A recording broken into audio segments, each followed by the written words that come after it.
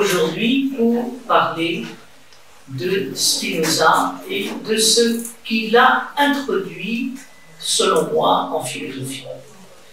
Pour s'engager dans le chemin de la pensée, comme j'aime le faire à chaque fois, je vais vous demander de décroiser les jambes, de vous caler dans votre siège, de fermer les yeux et de prendre 5 profondes respirations. Il s'agit simplement de couper avec l'agitation du monde. On y va, on ferme les yeux. 5 profondes respirations à partir du ventre.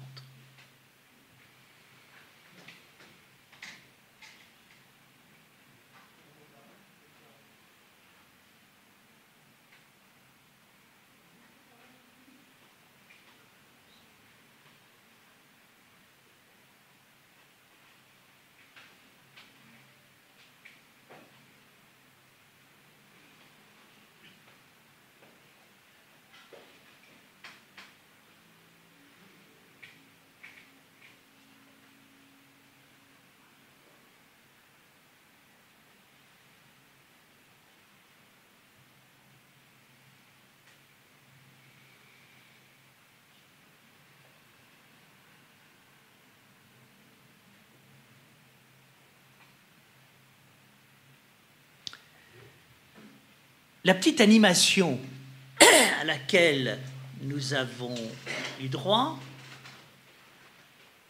pose très bien le problème majeur de Spinoza, à savoir l'opposition qu'il y a entre le déterminisme et la liberté dans le cadre d'une réflexion plus profonde qui est celle de savoir ce qu'est la liberté. Pour vous parler de cela, je vais parler de 4 choses. Dans un premier temps, je vais revenir sur le débat déterminisme-liberté qu'il est essentiel d'avoir en mémoire, à l'esprit, si nous voulons pouvoir comprendre la pensée de Spinoza. Je montrerai ensuite comment Spinoza renouvelle complètement la question de la liberté et notamment du débat déterminisme-liberté. Et puis, j'aborderai les conséquences de Spinoza, à savoir la révolution complète qu'il introduit en philosophie et les conséquences de cette révolution. Premier point, le débat à propos de la liberté.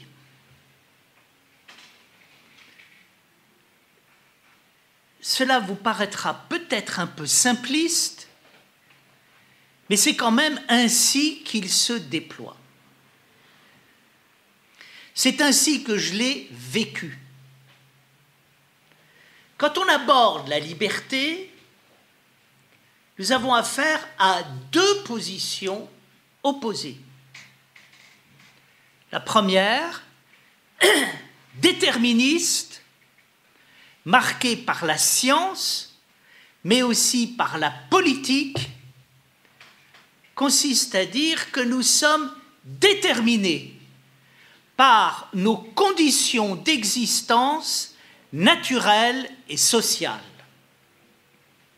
Et que si on veut pouvoir agir, il faut pouvoir agir sur les conditions d'existence naturelle et sociale. La deuxième position, morale et politique, consiste à dire que nous devons pouvoir avoir le choix. D'où la revendication de la liberté et la récusation du déterminisme. opposition déterminisme-liberté, nous avons tous vécu à l'intérieur de ce doublet sans vraiment bien comprendre ce qu'est la nécessité, ce qu'est la liberté et surtout comment nous débrouiller avec tout cela. Ce qui fait que notre vision de la réalité, de la liberté est extrêmement confuse. Pourquoi est-ce qu'elle est extrêmement confuse? Parce que on tient toujours deux discours en même temps. Nous sommes dans le « en même temps » macronien. D'un côté, nous avons le discours scientifique qui nous dit que nous sommes déterminés, plus que nous ne le pensons, par nos conditions matérielles ou bien encore sociales. Et de l'autre côté, nous vivons avec des discours qui disent que nous devons pouvoir être libres. Résultat, la confusion dans laquelle nous sommes. La confusion dans laquelle nous sommes, c'est que nous voulons pouvoir avoir la science qui va nous expliquer comment nous sommes déterminés, pourquoi nous sommes déterminés et comment ça marche. Et nous aimons la science parce qu'elle nous donne des explications. En même temps, nous revendiquons la possibilité de pouvoir être libres et d'avoir le droit de choisir. Nous voulons la science pour qui la liberté n'existe pas et nous voulons la liberté quel que soit le déterminisme qui est montré par la science. Nous voulons tout et le contraire de tout. Nous voulons le déterminisme pour comprendre et la liberté pour pouvoir être nous-mêmes. La liberté pour pouvoir être nous-mêmes et le déterminisme pour comprendre. Et résultat, nous sommes dans la confusion, mais surtout, nous ne sommes jamais rationnels et nous ne sommes jamais libres. Et nous sommes dans un monde qui parle de science et de liberté, mais dans lesquels il n'y a ni science ni liberté. Pourquoi est-ce qu'on en est là? On en est là parce qu'on ne parle jamais du sujet. On parle en dehors du sujet. On parle de quoi dans notre monde? Dans notre monde, on parle de politique. Et derrière la politique, on parle de peur. On ne parle pas de liberté. On parle de la peur de ne pas pouvoir être libre. Et donc, on réclame le droit à la liberté et la possibilité d'avoir le choix. Pour nous, être libre, c'est pas pratiquer la liberté, c'est pas vivre la liberté, c'est pas avoir une expérience de liberté, c'est savoir que nous pourrons être libres parce que nous aurons le droit de faire ceci ou cela. Même chose avec la science, on ne parle pas de la science. On parle de quoi? De la possibilité de pouvoir comprendre. En fait, nous vivons dans quoi? Nous ne vivons jamais dans le présent. Nous vivons toujours dans ce que Spinoza appelait la crainte et l'espoir. Nous vivons en dehors de nous-mêmes. Pourquoi? Parce que nous ne voulons pas vivre, nous voulons être assurés du fait que nous pourrons vivre et nous voulons être assurés du fait que nous pourrons comprendre grâce à la science et être libres grâce aux droits et aux libertés politiques. Résultat, nous sommes dans l'impuissance. Qu'est-ce qui caractérise la pensée de Spinoza? C'est qu'elle n'a rien à voir avec ce qu'on a l'habitude de dire à propos de Spinoza. Spinoza est présenté comme le penseur du rationalisme absolu qui aurait enseigné, expliqué que nous sommes radicalement déterminés. Spinoza n'a jamais dit ça. Pourquoi? Parce que lorsque Spinoza parle de la nécessité, et non pas du déterminisme, il entend par là une nécessité philosophique et éthique qui n'a rien à voir avec le déterminisme auquel nous avons affaire. Le déterminisme auquel nous avons affaire n'est pas philosophique. Le déterminisme philosophique auquel nous avons affaire est un déterminisme politique, dans lequel on a affaire à la politique de la science et on a affaire à la politique de la sociologie. La science, au sens de petite science, entend pouvoir tout expliquer, tout rationaliser, et elle est pour le déterminisme. Pourquoi? Parce qu'elle est pour son propre pouvoir de science. La sociologie, la même chose. Elle explique que nous sommes conditionnés par notre environnement social. Pourquoi? Parce qu'elle entend avoir du pouvoir en tant que sociologie. Spinoza va nous parler de la nécessité. Il va, mais pas du tout au sens du déterminisme sociologique ou du déterminisme naturel auquel on a affaire, mais il va nous en parler sur un plan philosophique et non pas sur un plan politique. Et donc, il nous faut revenir ici à l'essence de la pensée de Spinoza. L'essence de la pensée de Spinoza est simple. Elle repose sur une idée que je vais développer devant vous, à savoir qu'il n'y a pas d'opposition entre la nécessité et la liberté, parce que la nécessité et la liberté, c'est la même chose. La nécessité me rend libre et la liberté est toujours liée à quelque chose de nécessaire. Qu'est-ce que ça veut dire? Pour le comprendre, il faut introduire l'idée majeure de la philosophie de Spinoza, qui n'est pas le déterminisme, mais qui est l'intériorité. J'ai eu la chance, à l'époque où je faisais mes études de philosophie, de suivre les cours de Gilles Deleuze, qui avait une connaissance remarquable de Spinoza, et qui n'a cessé de dire que Spinoza était un penseur de l'immanence. C'est dommage que Gilles Deleuze ait pensé Spinoza ainsi, parce qu'il y avait une idée très juste chez lui, mais qui est demeurée polémique. L'immanence, ça s'oppose à la transcendance, et quand Gilles Deleuze pensait que Spinoza est un penseur de l'immanence, il opposait Spinoza à la transcendance religieuse et il allait dans le sens d'une idée généralement convenue à propos de Spinoza, à savoir que c'était un penseur athée.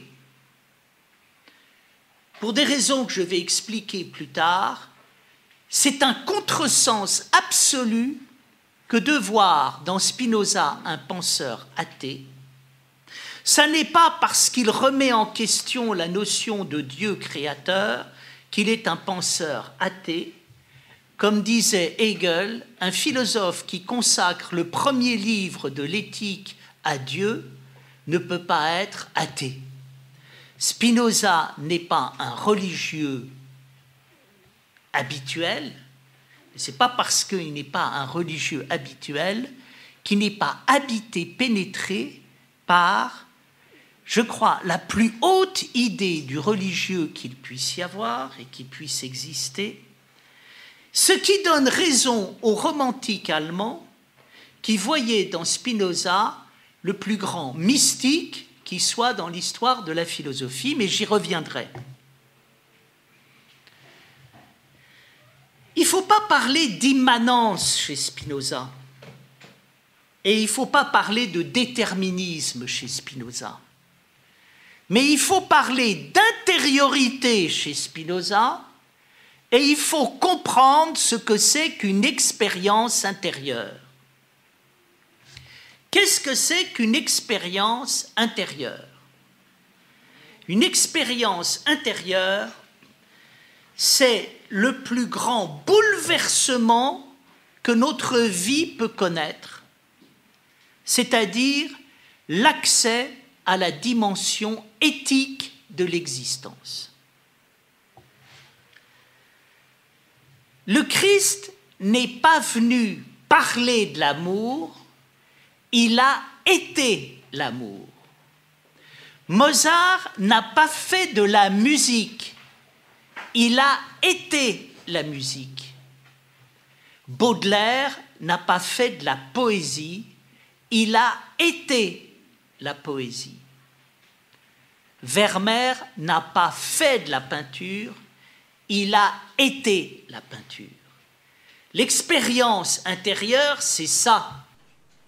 L'expérience intérieure ne veut pas dire « je me roule en boule sur moi-même » comme le penseur de Rodin, et je coupe l'extérieur et l'intérieur en étant dans un individualisme de type autistique. L'expérience intérieure consiste à briser l'opposition qu'il y a entre l'intérieur et l'extérieur pour vivre l'extérieur de manière intérieure et l'intérieur de manière extérieure. L'expérience de l'intériorité, c'est l'expérience de l'être. Nous vivons constamment dans la coupure entre l'intérieur et l'extérieur, faute de vivre dans l'intérieur. En fait, nous vivons constamment dévorés par le monde extérieur sans qu'il y ait d'intériorité. Ce qui fait que dans ce monde, rien n'existe vraiment. Le monde extérieur n'existe pas, le monde intérieur n'existe pas, rien n'existe, tout est en bouillie. Ça rentre en bouillie, ça sort en bouillie, et on est là assommé par ce qui se passe. Et par des pouvoirs qui ont intérêt à nous assommer, en nous conditionnant et en nous expliquant qu'il n'y a pas d'autre existence que conditionnée. L'expérience de l'intériorité, c'est l'expérience de l'être. C'est le moment où, par une insurrection profonde, je décide de vivre et de vivre vraiment ce que je vis. Toute l'expérience de l'être se trouve dans la distinction qu'il y a entre vivre et vraiment vivre, entre exister et vraiment exister, entre être là et être vraiment là. Mozart a vraiment fait de la musique. Vermeer a vraiment fait de la peinture. Baudelaire a vraiment fait de la poésie.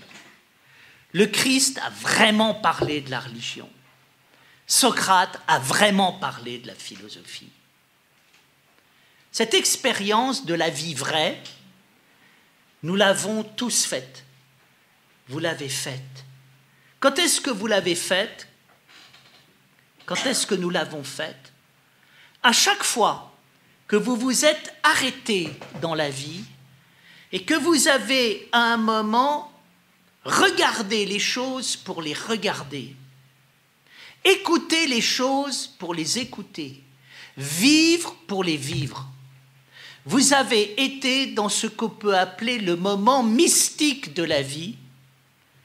Wittgenstein disait que est mystique ce qui se passe à chaque fois que l'on vit pour vivre et que l'on existe pour exister. Pas plus tard qu'il y a 1 heure, nous sommes allés nous baigner à Bidart avec mon ami et Olivier. Et à un moment, il y avait la plage, le soleil, l'eau, le poème de Rimbaud, elle est retrouvée, quoi, l'éternité, c'est la mer mêlée au soleil. Et pendant un instant, on a regardé pour regarder, savouré pour savourer. Et là, on a une dose d'énergie colossale qui a pénétré dans notre existence et qui est rentrée dans notre corps et qui nous a amené un moment de joie pure et d'existence pure. Ça, c'est l'expérience de l'intériorité. Et qu'est-ce qui se passe dans l'expérience de l'intériorité? Nous avons affaire à la coïncidence fulgurante entre 2 choses opposées, entre la nécessité et la liberté. Qu'est-ce que c'est que la nécessité? La nécessité, ce n'est pas le fait d'être conditionné, déterminé par. C'est le fait de vouloir être déterminé et de vouloir être, entre guillemets, conditionné. Quand on est au bord de l'océan, sur cette magnifique côte basque, et que tout d'un coup on se baigne et qu'on écoute pour écouter, qu'on voit pour voir, on reçoit des informations du soleil et de la mer. Mais à un moment, on veut les recevoir. Et c'est parce qu'on veut les recevoir qu'on les reçoit vraiment.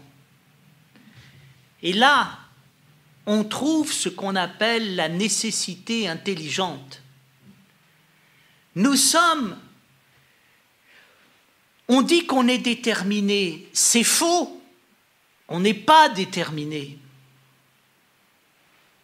Quand je reçois des informations et que je n'en fais rien, ces informations ne me déterminent pas.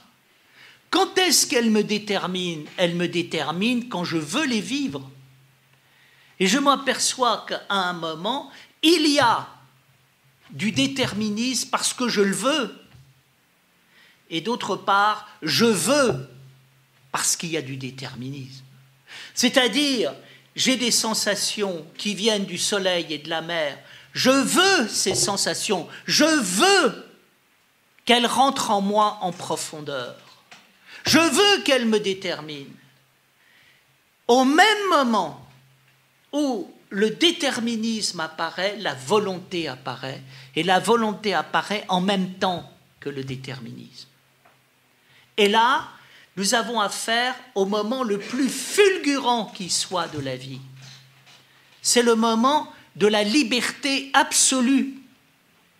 La liberté absolue, c'est ce qui va se passer où, dans ce monde, je ne vais plus me sentir prisonnier de ce monde.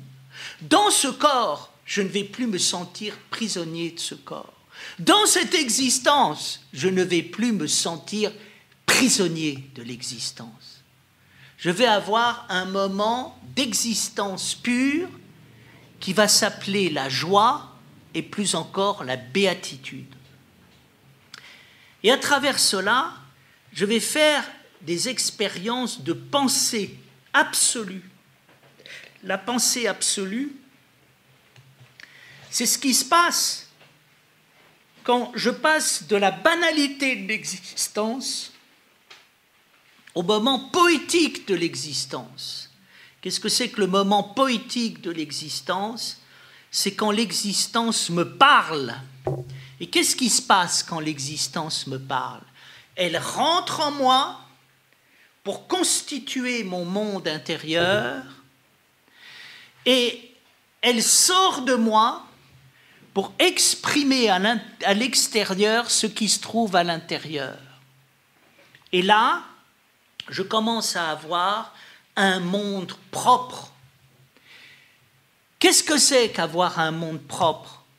C'est ce que nous avons chacun dans notre cœur, lorsque nous avons des sensations extérieures qui sont devenues des images intérieures, avec le bonheur de ces images intérieures, et que nous sommes capables d'exprimer ces images intérieures.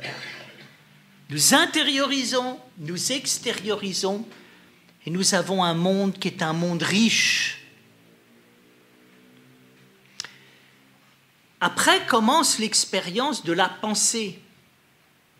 L'expérience de la pensée, c'est ce qui se passe quand les images ne sont pas des images, mais les images sont plus que des images. C'est des images qui durent et qui envahissent toute ma vie et qui me font vivre.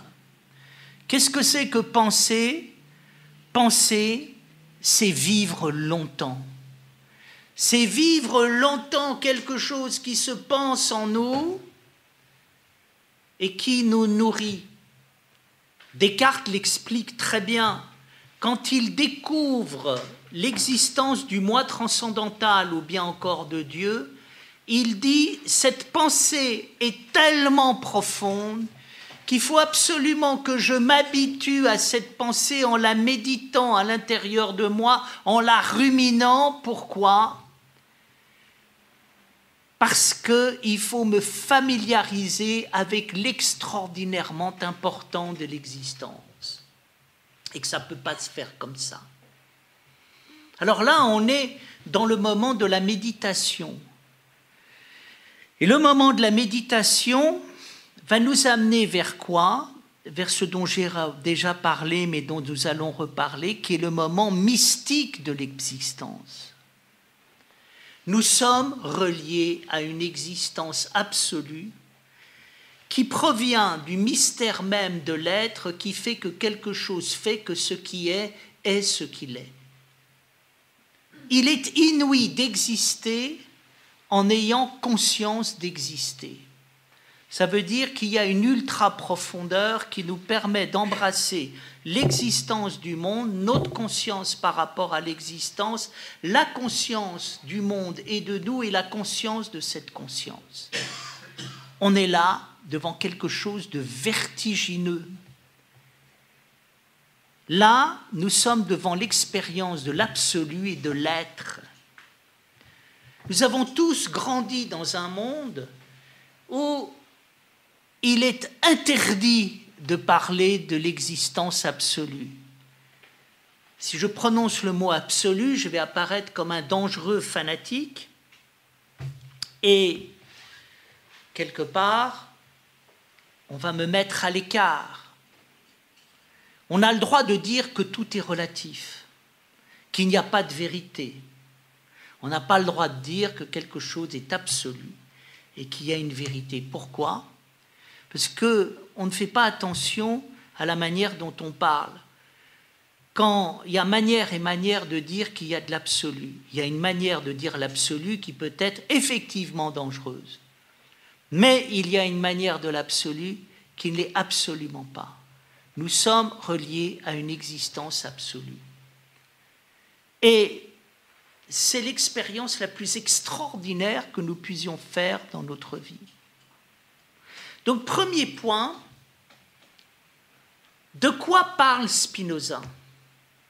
Spinoza parle de la rencontre entre la nécessité et la liberté à l'intérieur de l'expérience humaine, dans l'intériorité, qui fait qu'à un moment, il n'y a plus d'opposition entre la nécessité et la liberté. Parce que je veux la nécessité et que la nécessité est quelque chose qui me remplit et qui fait de moi un être riche. Alors il y a des expériences qui permettent de comprendre la relation entre nécessité et la liberté. L'expérience profonde, c'est l'expérience de l'art. Qu'est-ce que c'est que l'expérience de l'art ? L'expérience de l'art est la manifestation de l'intériorité. Qu'est-ce que vous dit un artiste? Un artiste vous dira toujours qu'il est devenu un artiste parce qu'il n'avait pas le choix. Et c'est parce qu'il n'avait pas le choix qu'il est devenu lui-même et qu'il est devenu libre. C'est-à-dire, paradoxe, c'est parce qu'il n'était pas libre qu'il est devenu libre. Il n'est pas devenu artiste parce qu'il a décidé de l'être, parce qu'il a choisi de l'être. Il est devenu artiste parce qu'il y avait quelque chose de très fort qui se passait à l'intérieur de l'art et qu'il a choisi que ce très fort vienne l'habiter. On ne choisit pas comme ça d'être artiste, on choisit toujours d'être artiste sur le fond de quelque chose où on n'a pas le choix. Et ça, c'est un peu le paradoxe de notre vie. Les moments importants de notre vie sont des moments où on n'a pas le choix. Et là, on devient libre. Ça veut dire quoi? On n'a pas le choix. Ça veut dire que l'essentiel est l'essentiel. Le fondamental est fondamental. Que ça te plaise ou pas, l'essentiel est l'essentiel. Et le fondamental est fondamental. Luc Ferry faisait remarquer que la caractéristique de l'homme moderne et de l'art moderne, c'est que l'esprit moderne veut pouvoir dire son mot. Et donc, il veut pouvoir décider ce qu'il en est de l'essentiel et ce qu'il en est du fondamental. Il veut que l'essentiel soit l'essentiel pour lui, que le fondamental soit le fondamental pour lui. Il n'accepte pas que l'essentiel soit l'essentiel et le fondamental soit fondamental. Eh bien, il n'accepte pas la nécessité interne de l'essentiel et la nécessité interne du fondamental. Et résultat, qu'est-ce qui se passe? C'est le chaos. C'est-à-dire, à force de parler de l'essentiel pour moi, du fondamental pour moi, on parle toujours de moi, que de moi, et finalement, il n'y a plus rien d'essentiel et plus rien de fondamental, parce que le moi a tout dévoré. Qu'est-ce qui est libérateur? Quelque chose qui nous parle de l'essentiel, du fondamental et pas de nous. Quelque part, j'ai envie de dire, il y en a marre de ton moi. Il y en a marre de l'essentiel pour moi. Il y en a marre du fondamental pour moi. En revanche, quelle respiration, quelle liberté quand quelqu'un est capable de nous parler de l'essentiel, de nous parler du fondamental et de nous libérer de l'ego. Là, on a affaire à une expérience forte, authentique. Et c'est ça qui se passe dans l'art. Qu'est-ce qui fait qu'un artiste devient un artiste? C'est qu'à un moment, il a écouté l'essentiel qui venait de l'essentiel. Et c'était tellement libérateur, c'était tellement extraordinaire, qu'à un moment, il a voulu vivre ça tout le temps. Et il a voulu vivre quelque chose où on ne lui demandait pas son avis, on ne lui demandait pas son mot. Il n'était pas dans son opinion personnelle.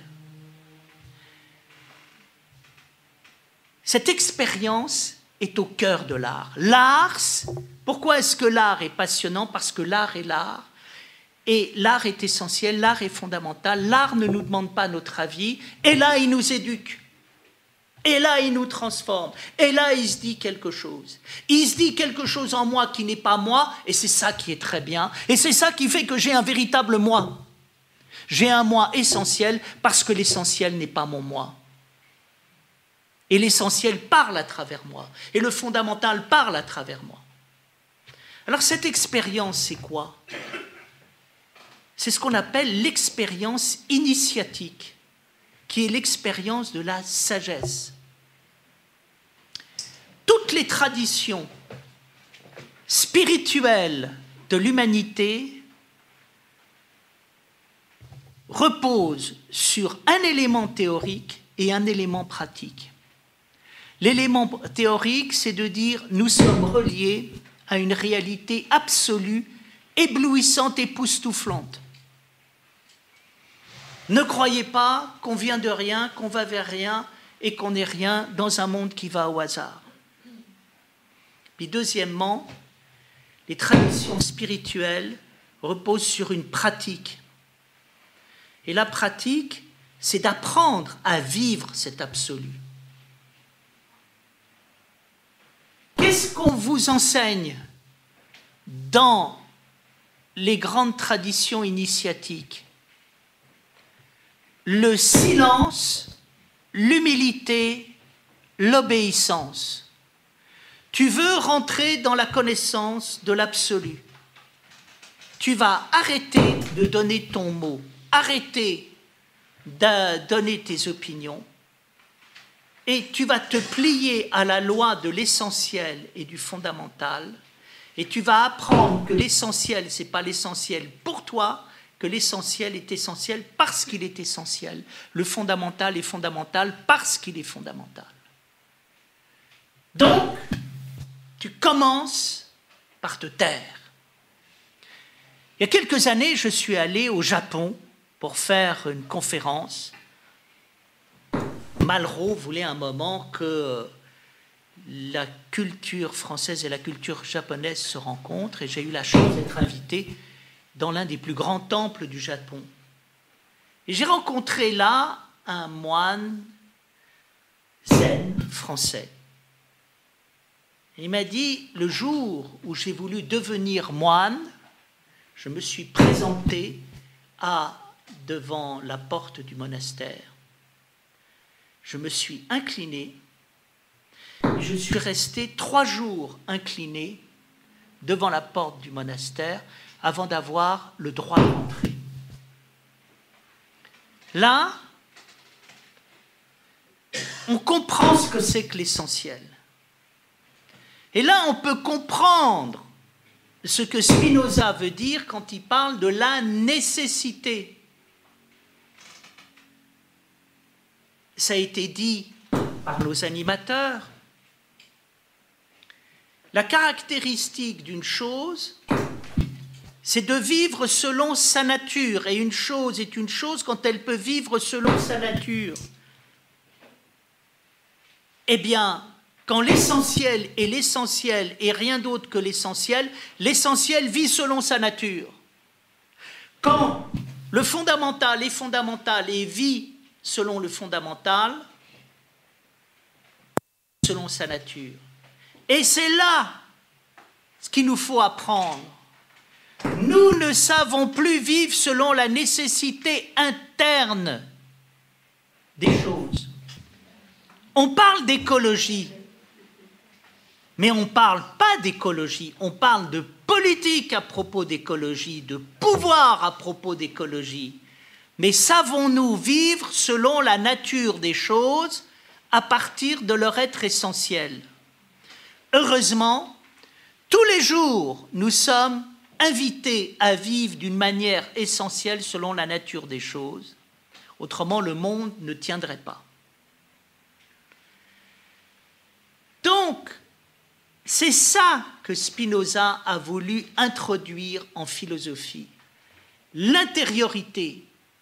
Arrêtons de parler des choses d'une manière extérieure. Rentrons dans l'étoffe de la réalité, dans l'épaisseur de la réalité. Quelle est notre vision du monde courante? Elle est très bien décrite par Bergson dans Le Rire. La vision courante du monde, c'est que je suis en face du monde, je prélève à l'intérieur du monde un certain nombre d'éléments qui me paraissent utiles, j'essaye de bâtir une image qui va me permettre, grâce à ces éléments utiles, de dominer la réalité, et je domine la réalité. Nous parlons toujours de maîtriser la nature, de maîtriser la société. Nous parlons un langage de tyran. Nous sommes à l'extérieur des choses. Nous n'écoutons pas ce qui vient de l'intérieur et nous passons à côté de l'essentiel et du fondamental.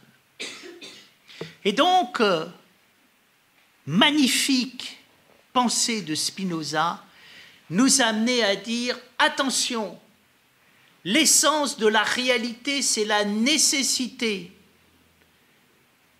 L'artiste comprend ce que ça veut dire. L'initié comprend ce que ça veut dire. Et dans la philosophie, il y a une magnifique expérience de la philosophie, par quoi la philosophie a commencé. On dit que la philosophie a commencé avec Pythagore. D'autres disent qu'elle a commencé avec Anaximandre. D'autres disent encore qu'elle a commencé avec Parménide.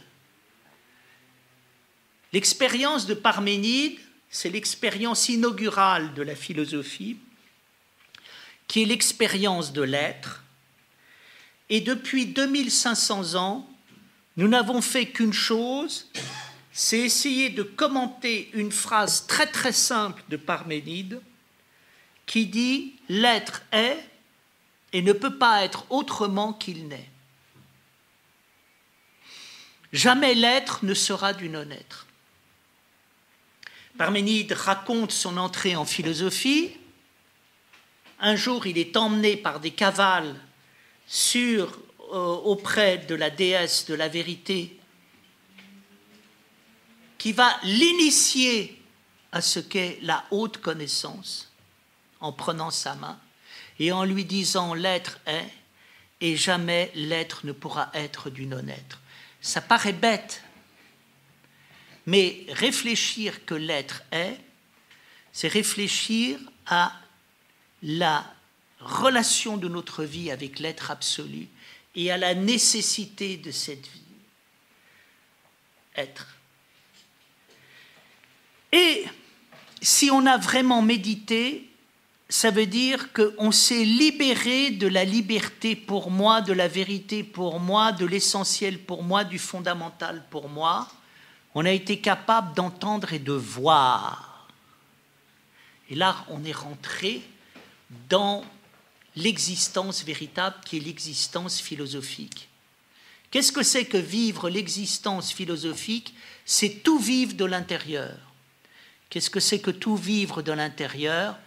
C'est être total dans ce que l'on vit à chaque minute de l'existence. Ne jamais rien faire à moitié. Faire les choses de tout notre être. C'est ce qu'on appelle aimer.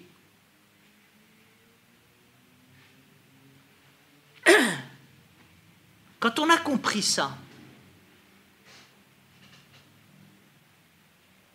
on peut comprendre le deuxième volet de la pensée de Spinoza. Le deuxième volet de la pensée de Spinoza, c'est une invitation à repenser radicalement les trois choses que nous ne pensons pas. Dieu, l'homme, la relation entre Dieu et l'homme à travers la religion. Il y a une manière catastrophique de penser Dieu, l'homme et la religion, et il y a une manière magnifique et libératrice de les penser. Quelle est la manière dont on pense Dieu, l'homme et la religion? Quelle est la manière habituelle? Quelle est la manière qui a été enseignée? Quelle est la manière dans laquelle on continue d'exister, qu'on soit croyant ou pas? C'est la manière qui consiste à voir en Dieu un créateur, à voir dans l'homme la liberté et à voir dans la relation entre l'homme et Dieu la religion. Qu'est-ce que ça veut dire pour nous? L'idée que Dieu est créateur, que l'homme est libre et qu'ils communiquent l'un avec l'autre à travers la religion, c'est l'image de la relation vraie. Il y a un Dieu, donc il y a quelque chose. je suis libre, donc je suis quelque chose, et Dieu et l'homme peuvent communiquer à travers la religion. Donc c'est bien. Tout est quelque chose. Dieu, l'homme, la religion. Cette vision, c'est une vision qu'il y a chez les croyants et chez les non-croyants. Tout le monde croit qu'il y a un Dieu créateur, un homme qui est libre et qu'ils communiquent l'un avec l'autre à travers la religion. Tout le monde le croit. Pourquoi tout le monde le croit? Parce qu'il faut bien comprendre ce qu'il y a derrière. Quand on dit Dieu est créateur, ça veut dire Dieu fait ce qu'il veut. Il crée le monde parce que ça lui plaît. On est dans l'arbitraire le plus complet. Quand on dit que l'homme est libre, on dit je fais ce que je veux. On est dans l'arbitraire. Et qu'est-ce que c'est que la relation religieuse? Je communique de l'arbitraire à l'arbitraire comme ça me chante, comme je veux. Quand Spinoza critique Dieu, critique l'homme et la liberté et critique la religion, qu'est-ce qu'il dit? Si vous lisez bien l'appendice de la partie 1 de l'éthique, je suis sûr que tout le monde se précipitera là-dessus à la fin de cette conférence. Si vous lisez bien l'appendice de la partie 1 de l'éthique, vous verrez que ce que Spinoza critique, c'est l'arbitraire généralisé dans lequel nous sommes. Cet arbitraire, il traverse les religions. Et c'est pour ça que dans une partie des religions, c'est la pagaille. Mais ce n'est pas parce qu'on se débarrasse des religions qu'on se débarrasse de l'arbitraire. Qu'est-ce qu'on a fait en se débarrassant de la religion? On ne s'est pas débarrassé de l'arbitraire. On a donné une coloration non religieuse à l'arbitraire. La vérité, c'est que nous vivons dans un chaos mental généralisé parce que tout le monde n'en fait qu'à sa tête.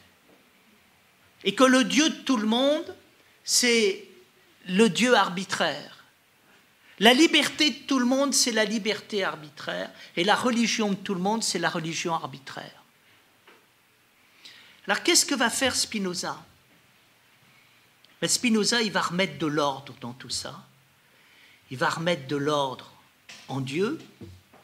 Il va mettre de l'ordre dans l'homme. Puis il va remettre de l'ordre dans la religion. Oui, Spinoza remet de l'ordre dans la religion. Il suffit de lire l'avant-dernière proposition de l'éthique dans la partie 5, où à un moment, parlant de l'intérieur et ayant montré que Dieu s'aime lui-même d'un amour intellectuel infini, Spinoza en revient à la véritable religion et à la véritable morale. Si vous lisez Spinoza, vous apercevez qu'il dit Dieu ou la nature. On n'a rien compris à cela. On a dit Spinoza est panthéiste, Spinoza est athée, Spinoza confond Dieu et l'univers. C'est un matérialiste athée qui voit Dieu partout dans la nature. C'est absolument pas ça. Spinoza a le sens de l'intériorité. Il fait l'expérience de l'être. Et il est convaincu que nous sommes reliés à une existence absolue. Quand, à un moment, il se penche sur l'être absolu, qu'est-ce qu'il dit? Il dit simplement, je vais le dire d'une manière un petit peu légère, que Dieu adore être Dieu. Il ne se lasse pas d'être Dieu. Il est infiniment Dieu. Non seulement Dieu est infiniment l'être, mais comme il est infiniment l'être, il est toute chose. Il ne crée pas le monde, il est le monde. Ça veut dire quoi? Dieu n'est pas celui qui crée le monde en laissant dériver le monde en dehors de lui.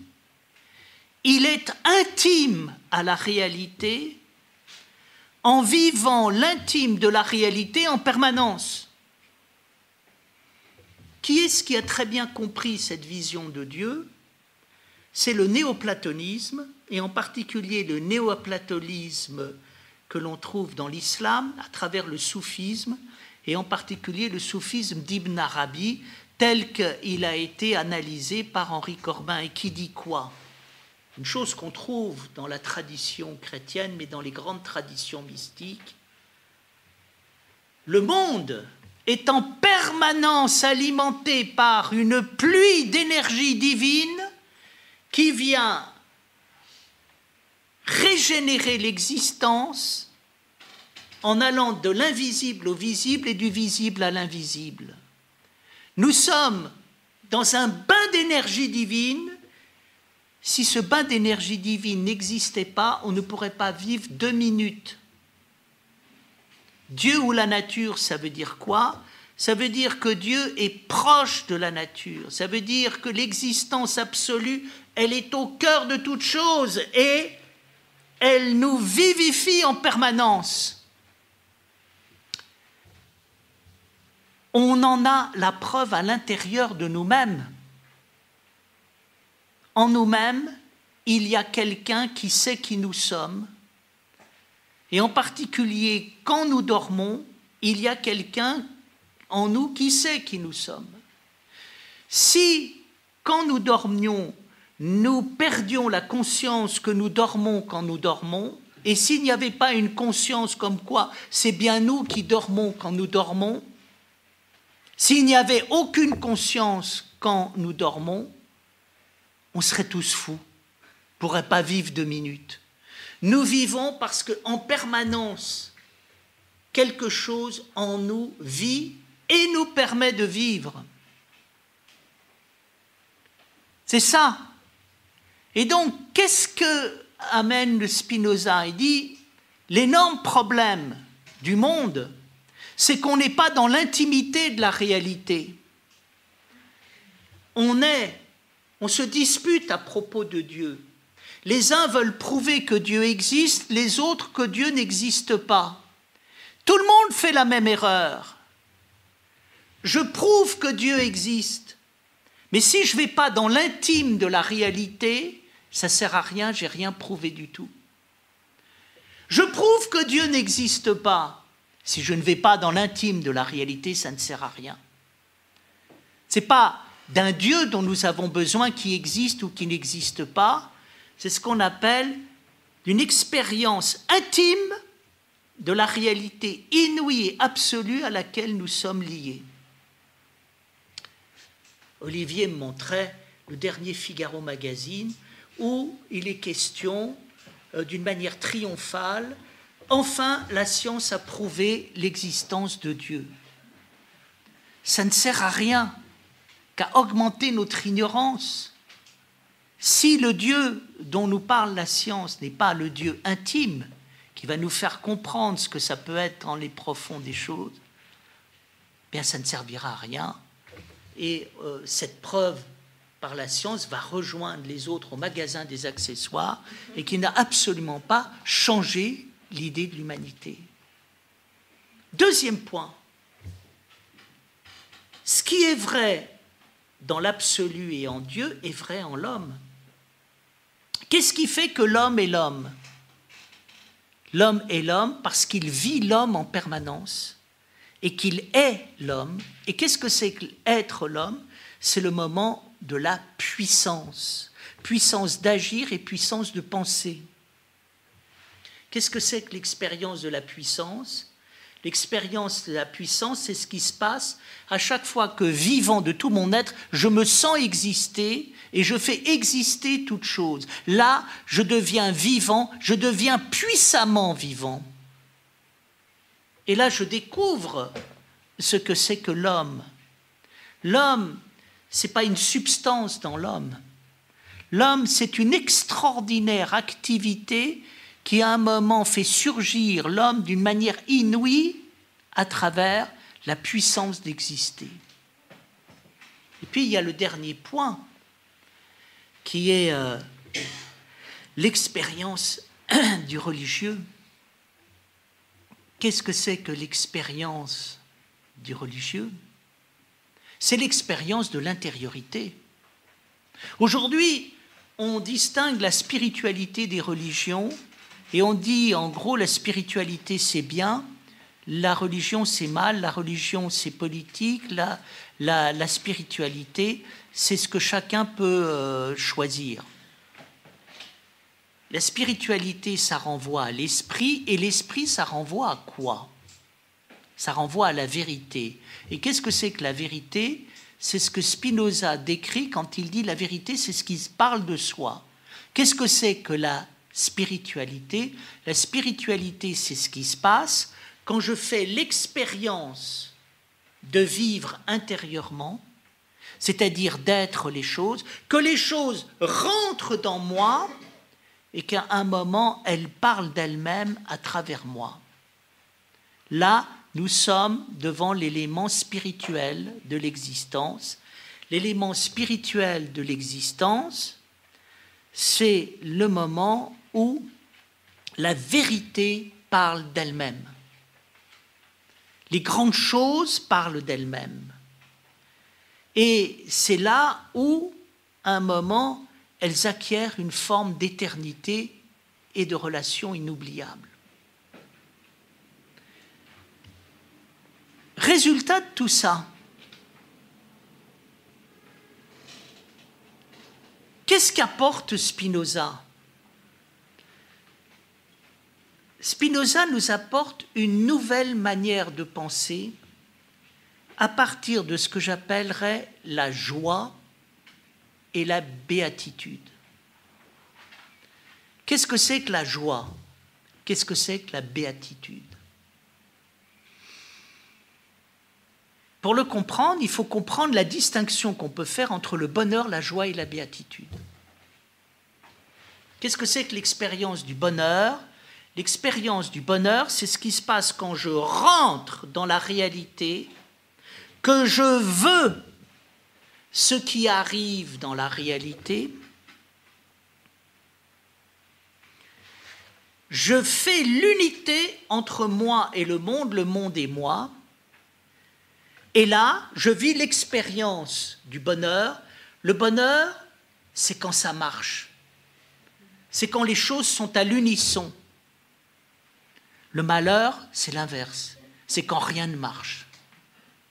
Le bonheur, c'est quand tout marche. Qui sont les grands maîtres du bonheur? Les stoïciens. Souvenez-vous, Épictète, veuille que les choses arrivent comme elles arrivent et non pas comme tu veux qu'elles arrivent. Si je veux que les choses arrivent comme elles arrivent, j'arrête de vouloir la réalité pour moi, je veux la réalité pour la réalité, et si je veux la réalité pour la réalité, qu'est-ce qui se passe? Je vais découvrir l'essentiel dans la réalité. Tout vivant d'une manière essentielle, je fais l'unité avec le monde, et rien ne me heurte, puisque tout me donne des leçons d'essentialité. Expérience du bonheur. Mais il y a quelque chose qui est plus beau que le bonheur, c'est la joie. Qu'est-ce que c'est que la joie? La joie, c'est pas ce qui se passe quand tout colle à l'extérieur, mais la joie, c'est ce qui se passe quand tout colle à l'intérieur. Qu'est-ce que c'est que la joie? La joie, c'est un plaisir que je ressens avec toute ma vie et qui me donne le plaisir de vivre pour vivre, d'aimer la vie, Qui est l'homme joyeux? L'homme joyeux, c'est l'homme qui aime fondamentalement la vie et qui est capable de vivre de tout son être. Donc je rentre dans la réalité est harmonieuse, bonheur.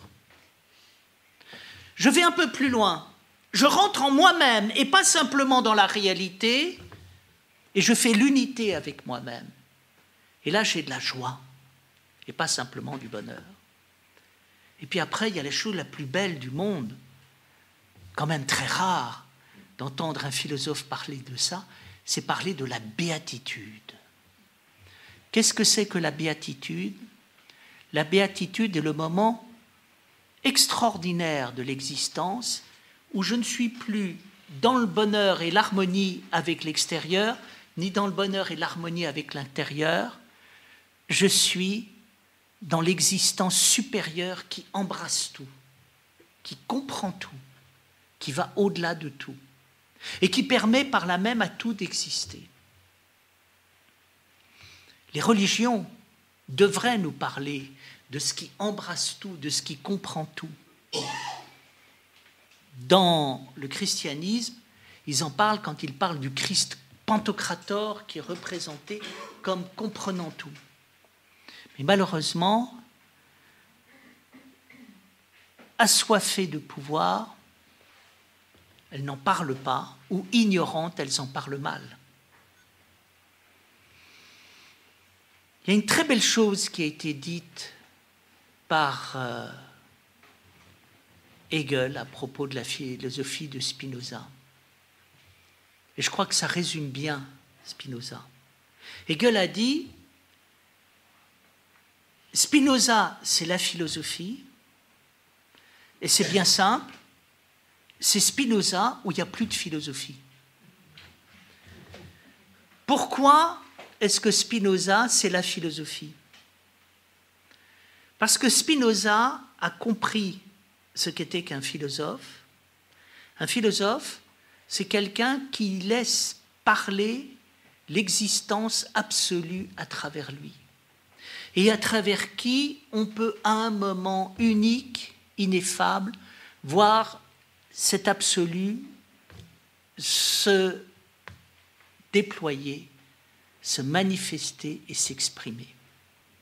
C'est ce que Michel Serres a dit un jour à propos d'un cours de philosophie réussi. Il disait, qu'est-ce que c'est qu'un cours de philosophie réussi? C'est ce qui se passe quand à un moment, il n'y a plus un professeur, un orateur qui parle devant des élèves ou un public, mais il y a la philosophie qui fait son entrée à travers l'orateur et ceux qui l'écoutent. Spinoza a réussi à faire rentrer la philosophie. Merci beaucoup pour votre attention. Bravo.